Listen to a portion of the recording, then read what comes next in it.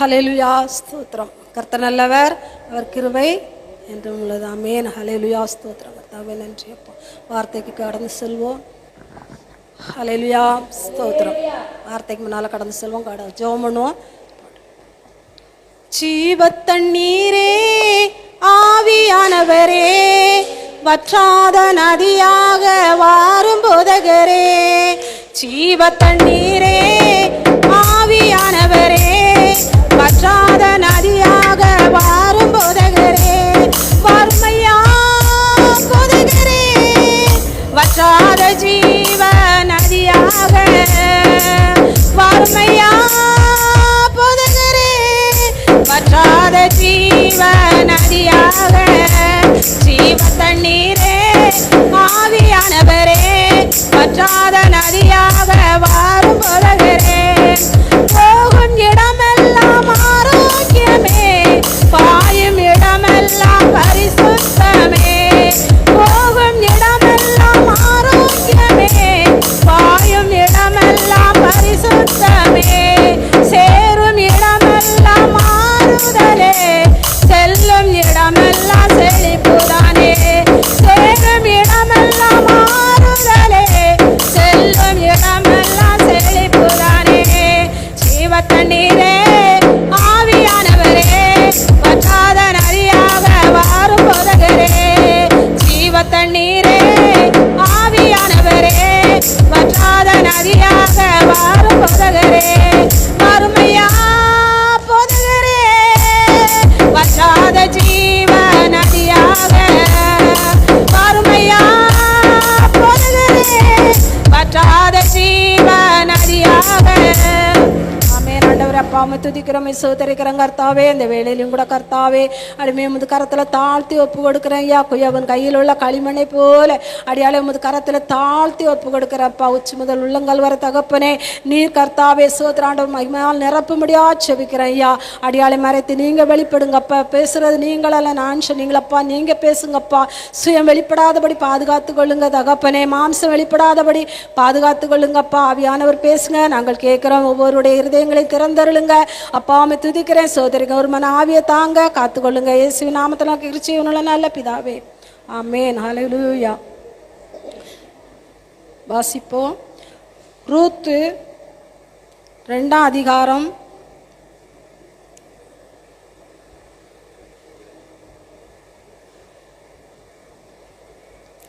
ரூத்து 2ஆம் அதிகாரம் 12வது வசனம் வாசிப்போம்.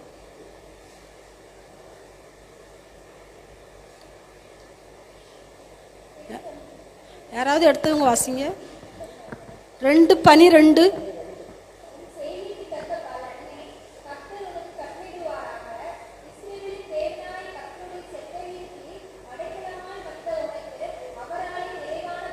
கிடைப்பதாக என்றான். பாருங்க, உன் செய்கைக்கு தக்க பலனை கர்த்தர் என்ன செய்வாராம்? கட்டளையிடுவார். அதுல 3 விதமான காரியங்கள் இருக்கு.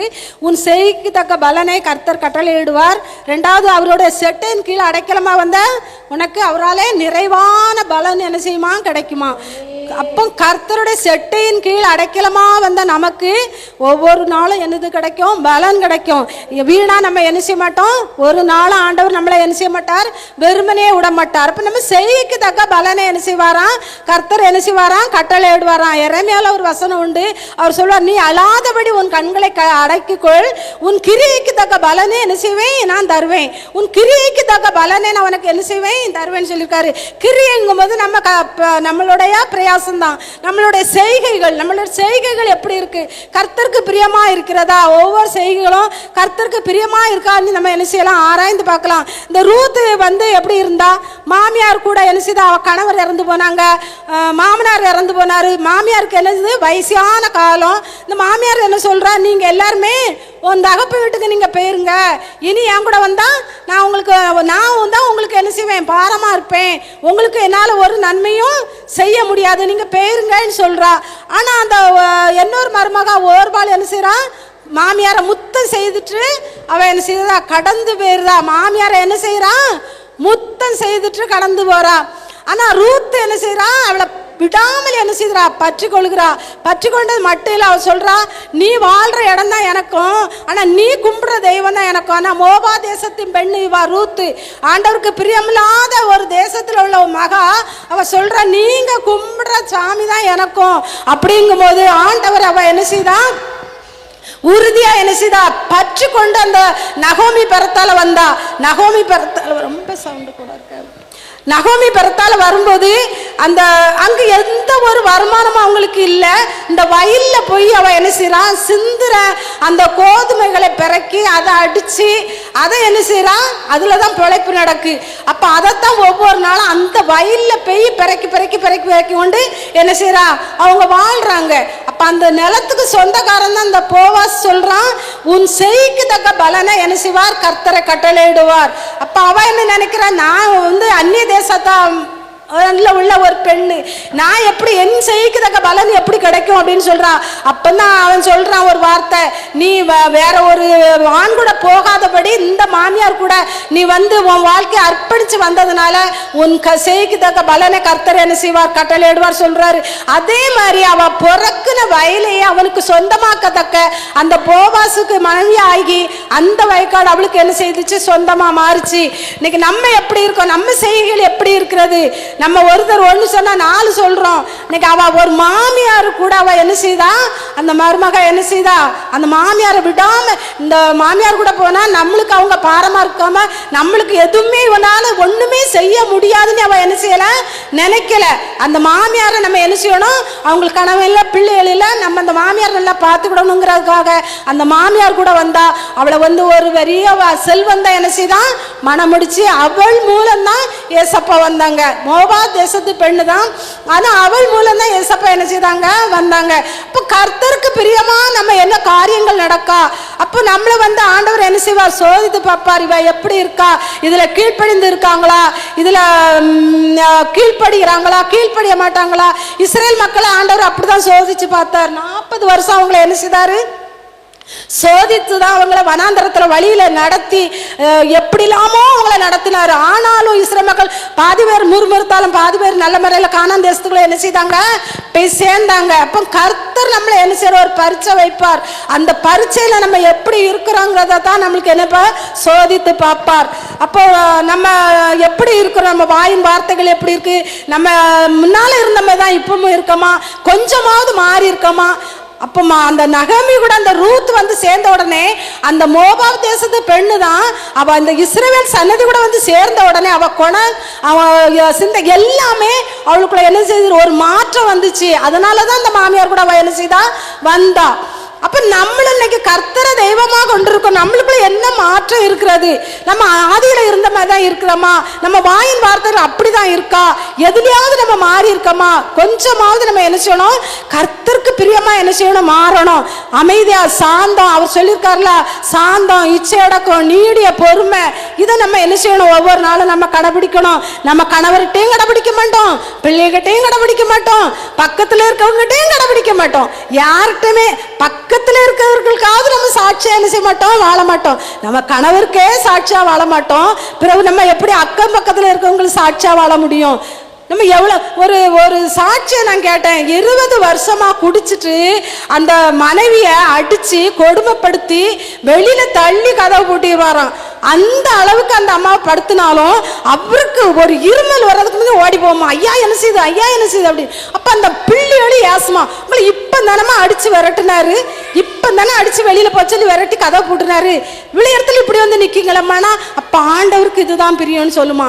அப்படி நம்ம என்ன செய்யணும், இருக்கிறோமா இல்ல, நம்ம அவங்க ஊங்கிறதுக்கு நம்ம என்ன செய்யறோம், எகிரிருந்தோம். அப்ப ஆண்டவர் பாப்பார்ல, நம்ம ஆண்டவர் எப்படி நம்ம இருதயத்துல இருக்க முடியும்? நம்ம அந்த பொறுமையை நம்ம என்ன செய்யணும், கடைபிடிக்கணும். அப்பதான் கர்த்தர் நம்ம செய்யத்தக்க பலன் நம்மளுக்கு என்ன செய்யும், கிடைக்கும். 2வது ஒரு காரியம், 1 ராஜாக்கள்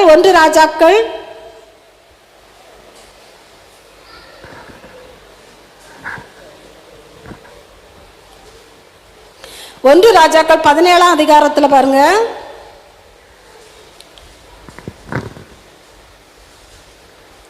ஒரு விதவை அப்படிதானே, எடுக்கலையே ஒரு தரம். 17ஆம் அதிகாரத்தில் 12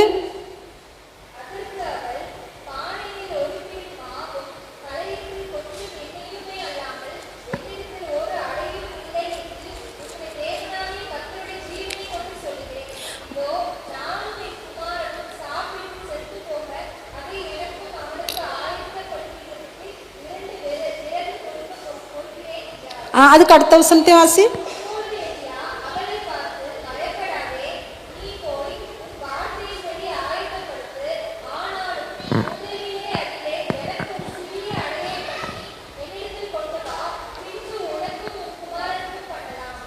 ஆமென், ஹல்லேலூயா.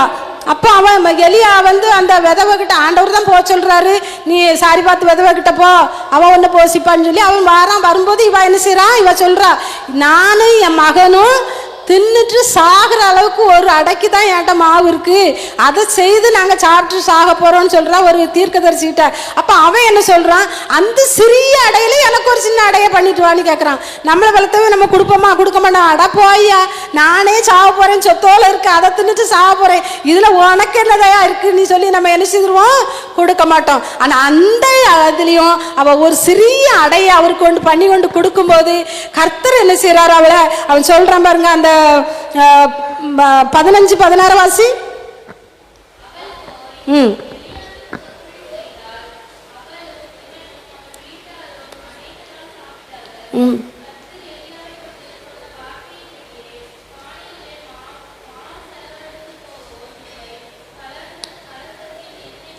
போகும் இல்லை. பார்த்தீங்களா? அப்போ கொஞ்சோல தான் இருக்கு. அந்த கொஞ்சோலையும் அவ என்ன செய்யறா, ஒரு ஊழியக்காரனுக்கு என்ன செய்யறா, கொடுக்குறா.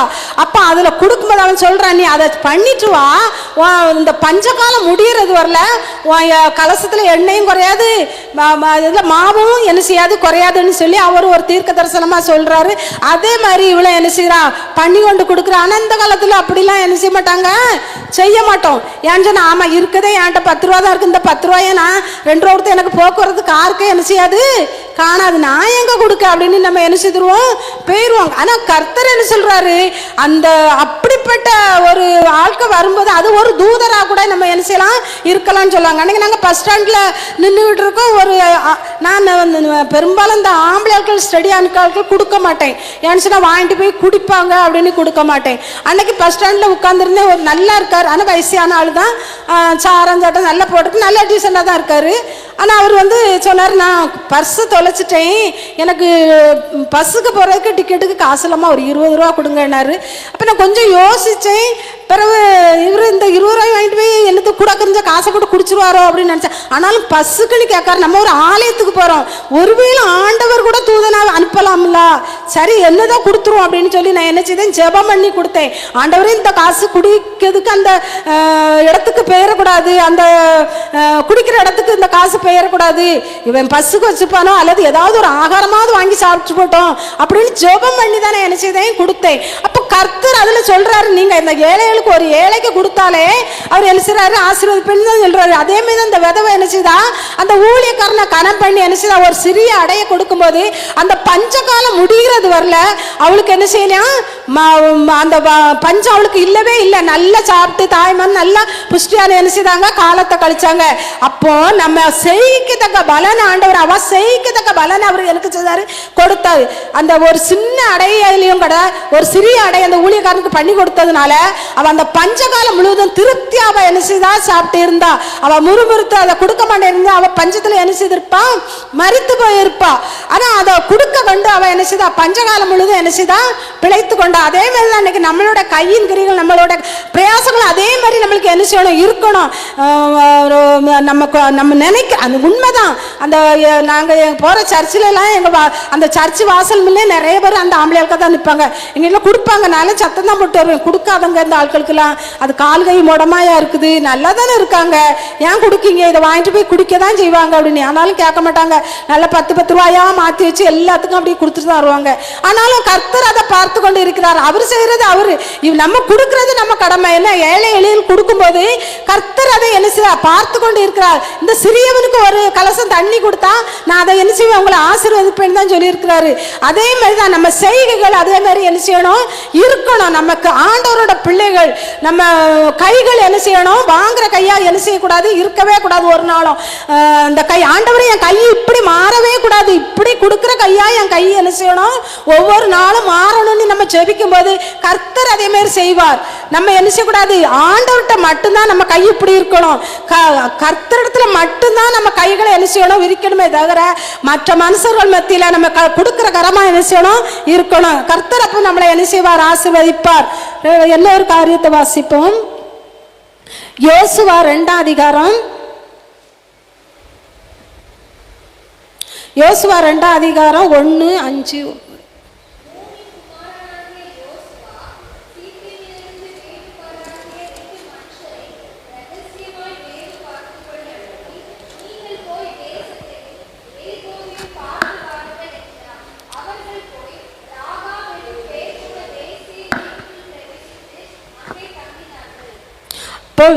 அதுக்கு அடுத்த வாசி.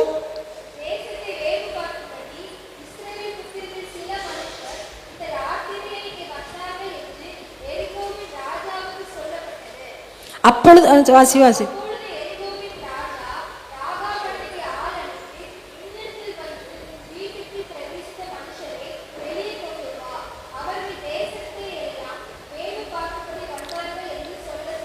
அப்போ இந்த யோசுவாவை கர்த்தர் அனுப்புறாரு. நீங்க வந்து அதை எரிகோவை தகர்த்து உள்ள போய் கானான் தேசத்தை பிரவேசிங்க அப்படின்னு சொல்லி தான் அனுப்புறாரு. இவன் வேவு பார்க்க யோசுவா என்ன செய்யறா, 2 ஆட்களை என்ன செய்ய, அந்த இடத்தையெல்லாம் நீங்க நல்லா சுத்தி பார்த்துட்டு வாங்க, நம்ம எந்த நேரம் போனா ஜெயிக்கலாம், எப்படி போனா அந்த கோட்டையை உடைக்கலாம் அப்படின்னு சொல்லி ஆள் அனுப்புதான். அப்ப அந்த 2 ஆளுக்கு அங்க வந்ததை கண்ட உடனே இந்த எரிகோ ஜனங்கள் என்ன செய்யறாங்க, ஓடி வராங்க. இந்த இவ வந்து ராகாப் வேசி, இவ வீட்டுலதான் இவங்க அவனு ஓடி போறானுவ. போன உடனே இவ என்ன செய்யறா, அந்த 2 பேரையும் அவங்க என்ன செய்யறா, சணல் தட்டைக்குள்ள ஒளிச்சு வைக்கிறா. அவ அந்த தேசத்துல தான் குடி இருக்கிறா. அப்ப அந்த தேசத்தை அழிக்கிறதுக்கு தான் யோசுவா ஆட்களை அனுப்புறான். 2 வேவுகாரர்களை அந்த தேசத்துக்கு அனுப்புகிறான். அந்த தேசத்தை அழிக்கணும், அந்த தேசத்தை அவன் பிடிக்கணும், அவங்க இவங்க கட்டுப்பாட்டுக்குள்ள அவங்க கொண்டு வரணுங்கிறதுக்காக தான் ஆட்களை அனுப்புறான். ஆனாலும் இந்த வேசி என்ன செய்யறா, இவங்க 2 பேரையும் ஒழிச்சு வைக்கிறா. அந்த ஜனங்கள் இவங்களை கொல்லாதபடி, அவங்கள பிடிக்காதபடி இவ என்ன செய்யறா, ஒழிச்சு வச்சு என்ன செய்யறா, காப்பாத்தி இவ என்ன செய்யறா, அனுப்பி விட்டுருதா. இவங்க 2 பேரும் என்ன செய்யறாங்க, தப்பிச்சு வந்துருந்தாங்க.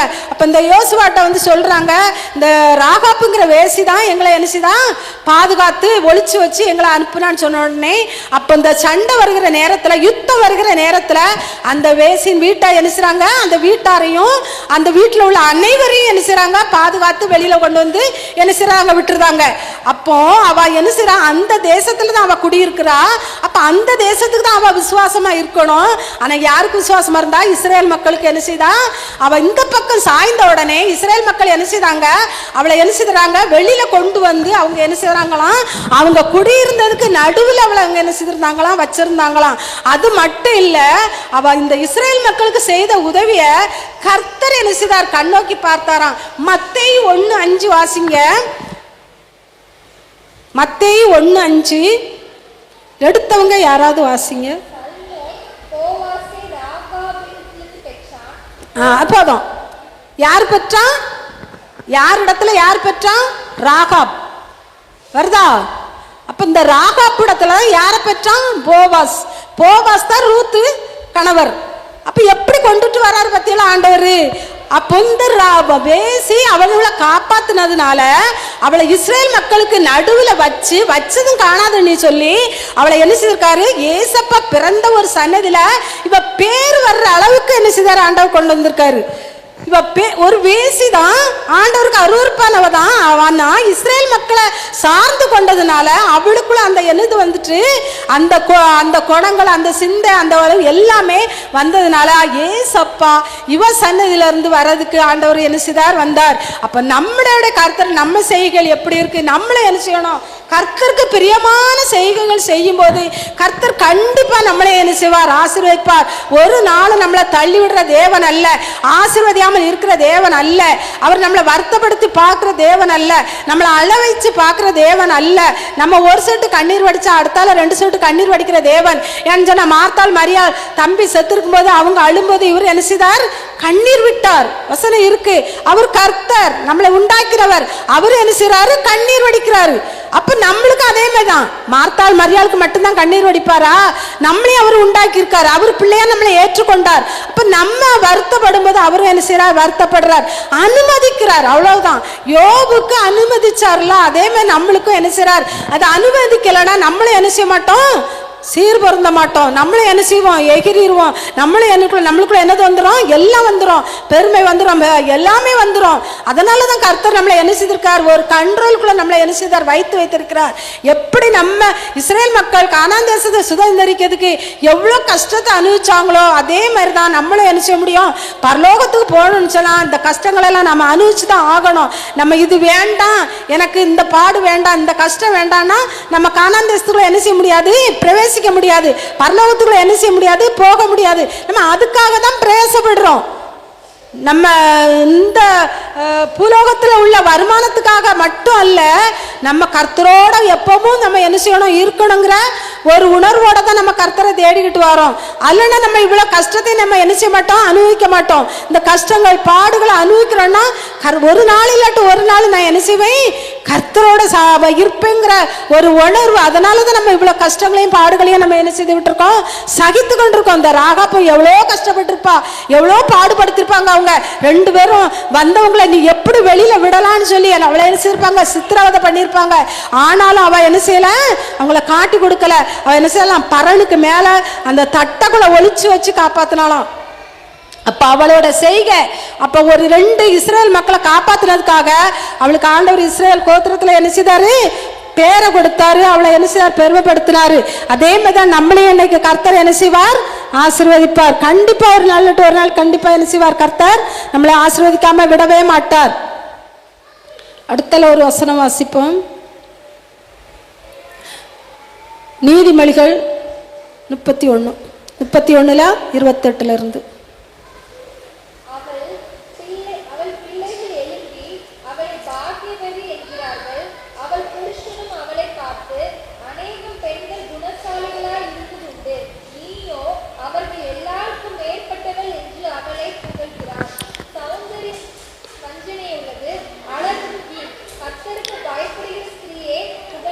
பாடுவாள். பாருங்க இந்த 31 இந்த 11 இருந்தே பாருங்க, இந்த 10 இருந்தே குணசாலியனை ஸ்திரீயை கண்டுபிடிப்பவன் யார்? அவளுடைய விலை என்னதான்? முத்துக்களை பார்க்கும் விலை உயர்ந்ததான். குணசாலியான ஸ்திரீ. அடுத்தால சொல்லியிருக்கு, அவள் உயிரோடு இருக்க நாளெல்லாம் அவனுக்கு தீமையே இல்லை, நன்மையே செய்கிறாள்.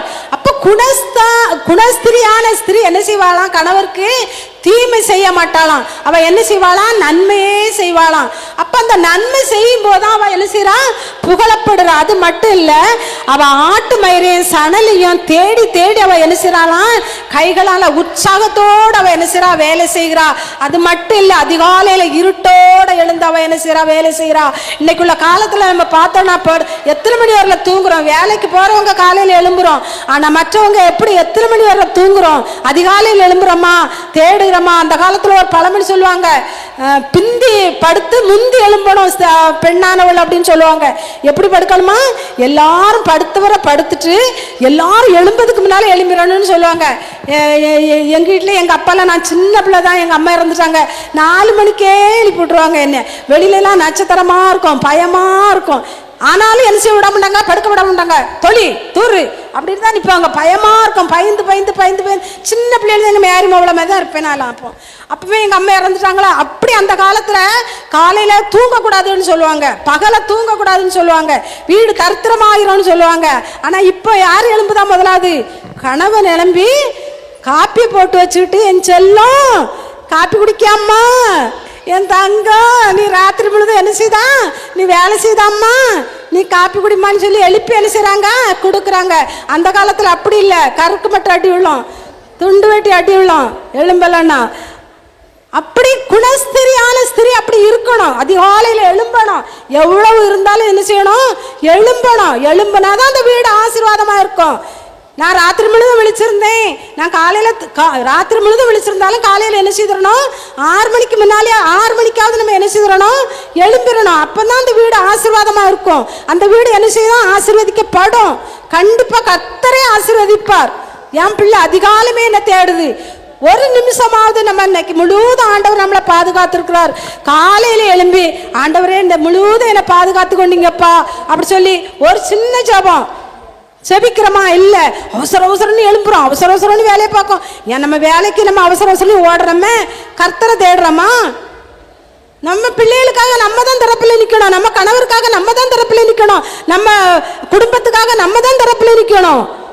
செபிக்கும் போதுதான் கர்த்தர் தருவாரு. நீ கேட்கும் போதுதான் நான் தருவேன்னு சொல்லியிருக்காரு. கேட்கிறவன் எவனும் என்ன செய்வான்?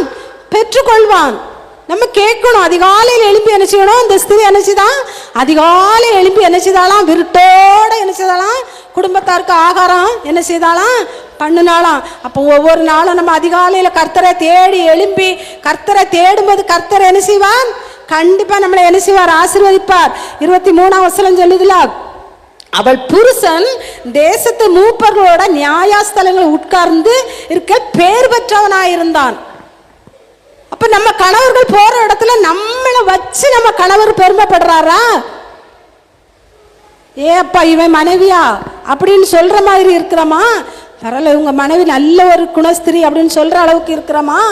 எப்படி வாழ்றோம்? எப்படி இருக்கிறோம்? நம்ம கர்த்தருடைய பிள்ளைகள் அப்படிதான் இருக்கணும். நம்ம சத்தங்கள் என்ன செய்யக்கூடாது? வெளியில கேட்கக்கூடாது. கோபம் வரும், கணவர்கிட்ட நம்ம எரிஞ்சு விழுந்துருவோம். நான் சாயங்காலத்துக்குள்ள என்ன செய்திடணும்? அந்த கோபம் அடங்கிடணும். சொல்லியிருக்காரு, சூரியன் அஸ்தமிக்கிறதுக்குள்ள அந்த கோபம் என்ன செய்யணுமா? அடங்கிடணுமா. அதுக்குள்ள நம்ம என்ன செய்யணுமா? கணவர்கிட்ட பேசிடணும்.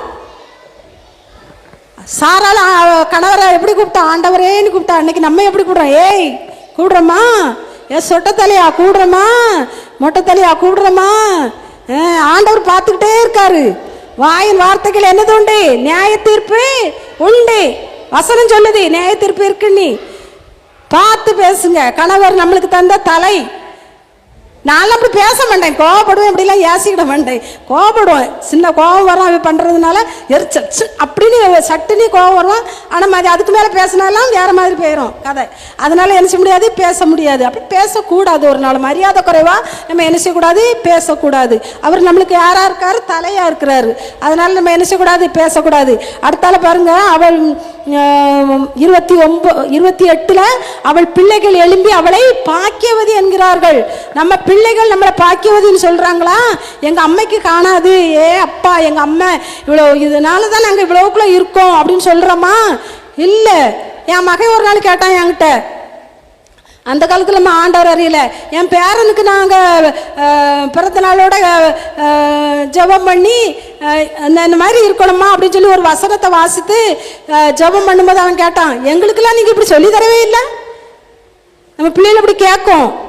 நம்ம என்ன செய்யணும்? சொல்லி கொடுத்து நம்ம என்ன செய்யணும்? நீங்கள் அப்படி சொல்லி தந்தீங்களா? எனக்கு நீங்கள் கர்த்தருக்கு பயந்து வாழுன்னு சொல்லி தந்தீங்களா அப்படின்னு நம்மகிட்ட கேட்காத அளவுக்கு நம்ம என்ன செய்யணும்? வச்சுக்கிடணும். ஏன்னா சின்ன பிள்ளைங்களே நம்ம எப்படி வளர்க்கமோ அப்படிதான் வளர்க்க முடியும். பெரிய பிள்ளைகளை ஆன பிறகு நம்ம என்ன செய்ய முடியாது? ஒரு நாளும் திருத்தவே முடியாது. நான் இந்த ரசிக்கப்பட்டது எல்லாமே வாலிய பிள்ளைகள் ஆயிட்டு, அதனால ஒருத்தர்கிட்டையும் ஒன்றும் என்ன செய்ய முடியாது? சொல்ல முடியாது. பொட்ட பிள்ளைகள் நம்ம கைக்குள்ளே இருந்ததுனால பொட்ட பிள்ளைகள் நம்ம சொல்லி கேட்டு அந்த ஆவிக்குரிய சபைகள் வந்தாவ சில நம்ம என்ன செய்தோம்? கல்யாணம் முடிச்சு கொடுத்தோம். அது ஆம்பளை பிள்ளைகள் அப்படி இல்லை. அவனு வளர்ந்த உடனே அதுதான் மெயின், அதுதான் அப்படின்னு நிற்பானுவ.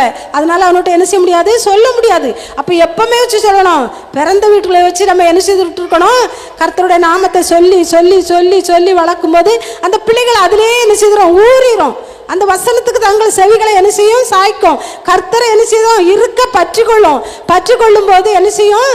ஆண்டவர் ஒரு நாள் இல்லாட்டி ஒரு நாள் என்ன செய்ய தூக்கம். நம்ம சின்ன பிள்ளையிலேயும் வளர்க்கும். வாலி வயசு வந்த உடனே அவங்க காலேஜுகளுக்கு போனோடனே அவங்க என்ன செய்யுற? மனசு மாறத்தான் செய்யும். ஆனால் சிறு வயசுல அவங்க தேடினதை கர்த்தர் குறிச்சு வச்சிருப்பார். என்னைக்காவது ஒரு நாள் என்ன செய்வார்? தொடுவார். தொட்டு கண்டிப்பா என்ன செய்வார்? ரட்சிப்பார். கண்டிப்பா என்ன செய்வார்? ஆசீர்வதிப்பார். அதே மாதிரி அடுத்தால 29 சொல்லுது, அநேகம் பெண்கள் குணசாலிகளா இருந்தது உண்டு, நீயோ அவர்கள் எல்லாவற்றுக்கும் மேற்பட்டவள் என்று யார் சொல்றா? அவ கணவர் அவனை என்ன செய்யறாராம்? புகழுகிறாராம். நம்ம கணவர்மார் புகழுகிறாங்களா? என்னைக்கு ஒளிவா ஐவா அப்படின்னு தான் எல்லாரும் என்ன செய்வாங்க, நினைப்பாங்க. 4 நாள் வீட்டில் இல்லைன்னா நான் ரொம்ப நல்ல போடு நீ நினைக்கிற மாதிரி நம்ம என்ன செய்கிறோம் இருக்கிறோம். கர்த்தர் என்ன செய்யணும், ஆசீர்வதிக்கணும்னா நம்ம இந்த இது எல்லாமே நம்ம என்ன செய்யணும், செய்யணும். செய்யும்போது தான் நம்ம என்ன செய்ய முடியும், இருக்க முடியும். கடைசியில் வெளிப்படுத்தல் 22:12 வாசிங்க. 22:12 வெளிப்படுத்தல் 22:12.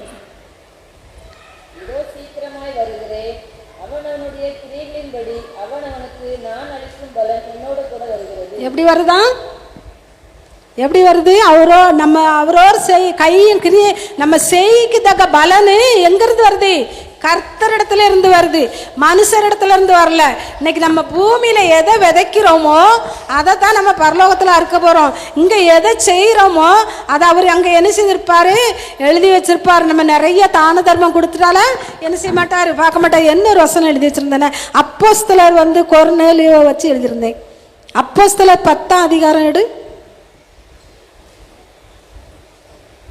அப்போஸ்தலர் 10:1.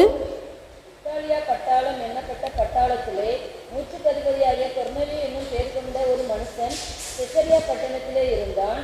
அவன் தேவ பக்தி உள்ளவனும் தன் வீட்டார் அனைவரோடும் தேவனுக்கு பயந்தவனுமாயிருந்து ஜனங்களுக்கு மிகுந்த தர்மங்களை செய்து எப்பொழுதும் தேவனை நோக்கி ஜெபம் பண்ணி கொண்டிருந்தான். பத்தியலா, அப்ப அவன் செய்த தர்மங்கள் எங்க எட்டுச்சான், பரலோகத்துல எட்டுச்சான். அவன் செய்த காரியங்கள் எல்லாம் எங்க எட்டுச்சு, பரலோகத்துல எட்டுச்சு. நம்ம பூமியில இருக்கிறவங்களுக்காக நம்ம எதுவுமே செய்யணும்னு தோணாண்டாம். நம்ம பரலோகத்துல இருக்கிற பார்த்து கொண்டு இருக்கிறார்.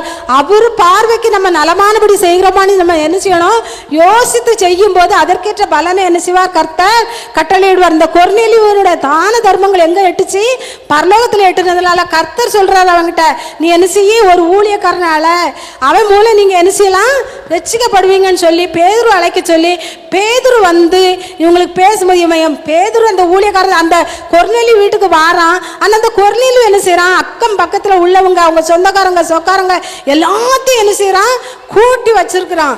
அப்ப இந்த பேதுரு பேசும்போது அங்க எல்லாரும் என்ன செய்தாங்களாம், ரட்சிக்கப்பட்டாங்களாம். அவ்வளோ ரட்சிக்கப்பட்டு மனம் திரும்பி என்ன செய்தாங்களாம், ஞானஸ்தானம் எடுத்தாங்களாம். அப்ப எதனால, அவன் தான தர்மங்கள் எங்க போய் எட்டுச்சு, பரலோகத்துல எட்டுச்சு. பரலோகத்துல எட்டுனதுனால தான் அவரு இறங்கி கொர்நேலியுக்கு தரிசனம் கொடுத்தார். தரிசனம் கொடுத்து நீ அவனை கூப்பிடு, நான் எல்லாரையும் ரட்சிப்பேன்னு சொல்லி ஆண்டவர் என்ன செய்றாரு, அவனுக்கு வாக்குறுதி கொடுக்கிறாரு. அதே மாதிரி அவன் பேதுரு அழைக்கிறான். பேதுரு என்ன செய்றாரு, அவங்கள பேசும்போது அவங்க எல்லாரும் என்ன செய்றாங்க, ரட்சிக்கப்படுறாங்க. அப்ப நம்ம தான தர்மங்கள், நம்ம ஒருத்தருக்கு கொடுக்குற காரியங்களோ நம்ம செய்யற காரியங்களோ எல்லாமே என்ன செய்யணும், பரலோகத்துக்கு என்ன செய்யணும், அது தெரியணும். அங்க பரலோகத்துல இருக்கிறவர் அதை அங்கீகரிக்கணும். நம்ம மனுஷர் முகத்துக்காக எதையுமே செய்யக்கூடாது. நான் இன்னைக்கு 10 ரூபா கொடுக்கேன், இது அவங்க பார்த்துக்கிட்டு இருக்காங்க இவங்க பார்த்துக்கிட்டு இருக்காங்க, எனக்கு அது ஒரு பெருமை, அந்த அளவுக்கு நம்ம என்ன செய்யக்கூடாது, எதையுமே செய்யக்கூடாது. என் கர்த்தர் பார்த்து கொண்டு இருக்கிறார். எனக்கு பரலோகத்துல பொக்கிஷத்தை நான் என்ன செய்யறேன், சேர்த்து வைக்கிறேன். பூமியில பொக்கிஷத்தை என்ன செய்யாதங்க, சேர்த்து வைக்காதங்க. அது என்ன செய்யும், துருபிடிக்கும், அது அழிஞ்சு போவோம். நீங்க பரலோகத்துக்கு என்ன செய்யுங்க, பொக்கிஷங்களை என்ன செய்யுங்க, சேர்த்து வைங்கன்னு சொல்லியிருக்காரு. பரலோகத்துக்கு பொக்கிஷங்கள் இதுதான், தான தர்மங்கள் தான், உதவிகள் தான். இக்கட்டு நேரத்தில் உதவி செய்கிறது எவ்வளோ பெரிய காரியங்கள். ஒருத்தன் கஷ்டப்படுறானா அந்த அவங்களுக்கு உதவி செய்யறது எவ்வளோ பெரிய நல்ல காரியங்கள். அதை எல்லாம் கர்த்தர் என்ன செய்கிறார், பார்த்து கொண்டு இருக்கிறார். பார்த்து கொண்டு இருந்து அந்த செய்திக்கு தக்க பலனை தான் அவர் என்ன செய்வாராம், வெளிப்படுத்தல் 22ஆம் அதிகாரத்தில் 12வது வசனம் சொல்லுது, உன் செய்கைகளுக்கு தக்க பலனை நான் என்ன செய்வேன், உனக்கு கொண்டு சேர்ப்பேன்னு சொல்லியிருக்காரு. அப்ப இந்த கொர்நேலியு செய்த தான தர்மங்கள் பரலோகத்துல எட்டுச்சு. அங்கிருந்து அந்த கொர்நேலியோட பலன் என்ன செய்துச்சு, கர்த்தரோட இறங்கி வந்தது. நம்மளும் அதே மாதிரி செய்யும் போது நம்மளுக்கும் அந்த பலனை கர்த்தர் என்ன செய்வார், கட்டளையிடுவார். கர்த்தர் நம்மளை ஆசீர்வதிப்பார். நம்ம செய்கள் கர்த்தருக்கு பிரியமா இருக்கட்டும். நம்ம பேச்சுகள் வார்த்தைகள் அவரோட வருகை வெகு சீக்கிரம். அன்னைக்கெல்லாம் ஒரு அம்மா பேசுனாங்க, 5 வருஷமோ 10 வருஷமோ அவ்வளோதான் கர்த்தரோட வருகை. ஏன்னு சொன்னால் நம்ம பைபிளில் குறித்து வச்சுருக்க மாதிரி நடந்துக்கிட்டே இருக்குது. அதனால் கர்த்தரோட வருகை வெகு சீக்கிரம் இருக்கும். அக்கிரமங்களும் நிறைய பெருகி நிற்கி. அப்போ அந்த பாவ கூட நிரம்பும் போது சோதோம் கொமோரா பட்டணம் அழிக்கப்பட்டதுன்னா அவங்க செய்த பாவங்கள் என்ன செய்துட்டு நிவர்த்தி ஆயிற்று. அவங்க செய்த பாவங்கள் என்ன செய்துட்டு மூடிட்டு, அதனாலதான் அவங்களை அழிச்சாரு. இன்னொரு இடத்துல சொல்லியிருக்கோம், இந்த இது ஏன் அழிக்கப்படலை, அந்த பாவ கூட என்ன செய்யலை, இன்னும் அந்த அவங்க செய்த பாவங்கள் என்ன செய்யலை, இன்னும் முடிவுக்கு வரல, என்ன நிரம்பலை. அப்ப நிரம்பும் போது நான் என்ன செய்வேன், அழிப்பேன் பாரு. அதே மாதிரிதான் அக்கிரமங்கள். இந்த ஒரு இப்போலாம் ஒரு செய்தி, ஒரு பிள்ளையெல்லாம் கடத்திட்டு போய் ரொம்ப அநியாயம் நடக்கு, பெத்தவங்க எப்படி துடிச்சு போயிடுவாங்க அப்படிதானே. அப்போ அப்படிலாம் நடக்கும் உலகத்துல. அப்போ ஆண்டவர் எவ்வளவு நாள் பார்த்து கொண்டு இருப்பார், விரைவிலே வருவார். அப்போ அவர் வரும்போது அவர் நம்ம செய்யற காரியங்கள்ல உள்ள பலன் அவர் கூட என்ன செய்யும், கண்டிப்பா வரும். நம்ம செய்யத்தக்க பலனை என்ன செய்வார், கர்த்தர் கட்டளையிடுவார். நியாய தீர்ப்பு நாள்ல நம்ம தலகுனிஞ்சு போகாதபடி ஆண்டவரே, ஆண்டவர் சொல்லணும், நீ உண்மையும் உத்தமா செய்தாய் அப்படின்னு சொல்லி அவர் நம்மளை சூரிச்சு சாட்சி சொல்லத்தக்க மனம் திரும்பி இனியாவது நம்ம என்ன செய்வோம், ஒவ்வொரு நாளும் கர்த்தருக்கு பிரியமான காரியங்களை செய்வோம். கர்த்தர் என்ன செய்வார், கண்டிப்பா நம்மளை என்ன செய்வார், ஆசீர்வதிப்பார். சரியா, கர்த்தர் வந்து ஆசீர்வதிப்பாராக. ஆமென். உன் காரியத்தை வாய்க்க பண்ணும் கர்த்தர் உன்னோடு இருக்கின்றார். உன்னை பேர் சொல்லி அழைக்கும் கர்த்தர் உன்னை கடைசி வரை நடத்தி செல்வார். உன் காரியத்தை வாய்க்க பண்ணும் கர்த்தர் உன்னோடு இருக்கின்றார். உன்னை பேர் சொல்லி அழைக்கும் கர்த்தர் உன்னை கடைசி வரை நடத்தி செல்வார். உன் காரியம் வாய்க்கும் கர்த்தர் நேரத்தில் கர்த்தரால் காரியம் வாய்க்கும். உன் காரியம் வாய்க்கும் கர்த்தர் நேரத்தில் கர்த்தரால் காரியம் வாய்க்கும். உன் கண்ணீரை துடைத்திடும் கர்த்தர் உனக்குள் வாசிக்கின்றார். உன் கண்ணீரை துடைத்திடும் கர்த்தர் உனக்குள் வாசிக்கின்றார். உன்னை தமக்கென்று பிரித்தெடுத்து தம் மகிமையால் நிரப்பிடுவார். உன்னை தமக்கென்று பிரித்தெடுத்து தம் மகிமையால் நிரப்பிடுவார். உன் காரியம் வாய்க்கும் கர்த்தர் நேரத்தில் கர்த்தரால் காரியம் வாய்க்கும். உன் காரியம் வாய்க்கும் கர்த்தர் நேரத்தில் கர்த்தரால் காரியம் வாய்க்கும். ஆமென். ஆண்டவர் அப்பா அம்மை துதிக்கிறோம், சோதரிக்கிறார் ராஜா, நன்றியோடு துதிக்கிறோம் ஐயா. நீர் நல்லவரப்பா, நீர் போதுமானவர், பரிசுத்த இம்மட்டுமாக தகப்பனே, நீர் எங்களை கொண்டு வந்து கர்த்தாவே நடத்தின கிருபைகளுக்காக உமக்கோடி நன்றி செலுத்துறோம் ஐயா. உமது வார்த்தைகளுக்காக நன்றி அப்பா. ஆமென். ஆண்டவரே கர்த்தாவே, இவ்வளவு நாளும் நாங்கள் எப்படி இருந்தோமோ தெரியாத ஆண்டவரே, இனிமேலாத கர்த்தாவே உமக்கு பிரியமான காரியங்களை நாங்கள் செய்கவும் அதற்கேற்ற பலனை நாங்கள் பெற்றுக்கொள்ளவும் அப்பா, எங்கள் கணவன்மார்கள் எங்கள் பிள்ளைகளை எங்களை பாக்கியது என்று சொல்ல அப்பா, நாங்கள் வாழத்தக்க எங்களுக்கு கிருபைகளை தாங்க சப்பா. எங்கள் கோபங்கள், எரிச்சல்கள், பொறாமைகள், பெருமைகள் எல்லாவற்றையும் எங்கள் கூடோடு அழித்து எங்களை பெருமைப்பட பரிசுத்தப்படுத்தி எங்களை பாதுகாத்து கொள்ளுங்க தகப்பனே. ஆமா ஆண்டவர், எங்களுக்குள்ள பெருமை வேண்டாம் ஐயா, பொறாமை வேண்டாம் தகப்பனே. ஆமென். ஆண்டவரே அப்பா, உமக்கு ஏற்றபடி கர்த்தாவே நாங்கள் பரிசுத்தமாக வாழணும் ஆண்டவரே. இன்னும் கொஞ்ச காலம் தகப்பனே, அதற்குள்ள உமது வருகை வெகு சீக்கிரம் ஐயா. அதுல நாங்கள் கர்த்தாவே உமது வருகையில கர்த்தாவே நாங்கள் எடுத்துக்கொள்ளப்படத்தக்க அப்பா உமது பாதத்தில் இருந்து கர்த்தாவே நாங்கள் நீங்கள் சொன்னமே பரிசுத்தர் பரிசுத்தர் பரிசுத்தர், அதே மாதிரி கர்த்தாவே நாங்கள் பரலோகத்திலே வந்து பரிசுத்தர் பரிசுத்தர் நீ போற்றி புகழ எங்களுக்கு கிருபைகளை தாங்கப்பா, எங்களை பருக்குவப்படுத்துங்கப்பா, எங்களை ஆயத்தப்படுத்துங்க அப்பா. அது மட்டும் இல்ல ராஜா, நாங்கள் எங்களோடு இருக்கிற ஒவ்வொருவரையும் நாங்கள் ஆயத்தப்படுத்ததாக எங்களுக்கு கிருபைகளை தாங்க இசப்பா. நன்றியோடு துதிக்கிறேன், சோதரிக்கிறேன் கர்த்தாவே. அந்த பிள்ளைகள் கர்த்தாவே ஆசீர்வதிங்கப்பா. போக்கில் உங்க கரை இருக்கட்டும் ஐயா, பிரயாணத்துல உங்க கரை இருக்கட்டும் ஐயா. வந்தவர்கள் கர்த்தாவே அப்பா ஆசீர்வதித்து அனுப்புங்க தகப்பனே. இந்த இடத்துக்கு நான் வந்தது நல்லதென்று ஒவ்வொருவரும் கண்டுகொள்ளத்தக்க கிருபைகளை கொடுங்க தகப்பனே. அப்பா உம்மை துதிக்கிறேன், சோதரிக்கிற ராஜா. நீங்க ஆசீர்வதிங்க, நீங்க பலப்படுத்துங்க, ஒவ்வொருவரையும் பலப்படுத்துங்க, காத்துக்கொள்ளுங்க சப்பா. அடியாளையும் கூட கர்த்தாவே உமது கரத்துல தாழ்த்தி ஒப்பு கொடுக்கிறப்பா. எவ்வளவு பலவீனங்கள் இருந்தாலும் ஆண்டவரே நீங்க கொண்டு வந்தீங்கப்பா, நீங்க நடத்துறீங்கப்பா. உம கோடி நன்றி ராஜா. ஆசீர்வதிங்கப்பா, நீங்க பலப்படுத்துங்க. எல்லாம் நாமமும் கர்த்தாவே உமக்கு சோதர ஆண்டவரே மகிமைப்படட்ட ஆண்டவரே. உமது நாமம் மட்டும் மகிமைப்படட்ட ஆண்டவரே. எல்லா துதியும் கனத்தையும் மகிமையும் உமக்கு செலுத்துகிறேன். இயேசுவின் நாமத்தினால் ஜெபிக்கிறேன் ஜீவனுள்ள நல்ல பிதாவே. அல்லேலூயா. கர்த்தருடைய நாமம் மகிமைப்பட்டதுக்காக ஸ்தோத்திரம் ஆண்டவரே. இந்த ஆகாரம் புசிக்கிற மக்களுக்கு ஆண்டவரே அது ஆசீர்வாதமா இருக்கட்டும். எந்தெந்த பலவீனம் இருந்தாலும் உங்க ரத்தம் அதுல தெளிக்கப்பட்டு கர்த்தருடைய நாமம் மகிமைப்பட அது ஆசீர்வாதமா இருக்கட்டும். ஆண்டவரே ஸ்தோத்திரம். இந்த நாட்களை பலவீனத்துல காய்ச்சல் இனி அநேக மக்களுக்கு இருக்கிறாங்கப்பா. அப்படிப்பட்ட பலவீனங்கள், காய்ச்சல், கொள்ளை நோய் வராதபடி உங்களுடைய பிள்ளைகளை பாதுகாத்து கொள்ளுங்கப்பா. உங்க ரத்தத்தை தெளிக்கிறேன் ராஜா. ஒவ்வொருத்தர் மேலேயும் உங்க ரத்தம் பூசப்பட்டு, ஒவ்வொரு சரசின் மேலும் ரத்தம் தெளிக்கப்பட்டு பிரயாணத்துல இருங்க. கர்த்தருடைய நாமம் மகிமைப்பட என்ன நோக்கத்தோடு என்ன எதிர்பார்ப்போடு வந்தாங்களோ இந்த இடத்துக்கு வந்த வண்ணமா போகாத அளவுக்கு என் தேவனாய கர்த்தர் நீர் ஆசீர்வதித்து பிள்ளைகளுடைய சந்தோஷமா மகிழ்ச்சியாக கடந்து போக உம்முடைய காக்கும் பரிசுத்த கரம் ஒவ்வொரு குட்டி பிள்ளைகளோட, வாலிய பிள்ளையோட, சகோதரன் சகோதரியோட பிள்ளைகளோடு இருக்க முடியாக செபிக்கிறப்பா. என் தேவனாய கர்த்தர் நீர் அப்படி செய்ததுக்காக நன்றி. பிரயாசப்பட்டு ஆண்டவரே உம்மை துதிக்கிறேன். செபித்து தாங்கி ஆண்டவரே செபித்து வருகிற ஒவ்வொரு குடும்பத்தோட பிள்ளைகளோட இருந்து நீங்க ஆசீர்வதிங்கப்பா.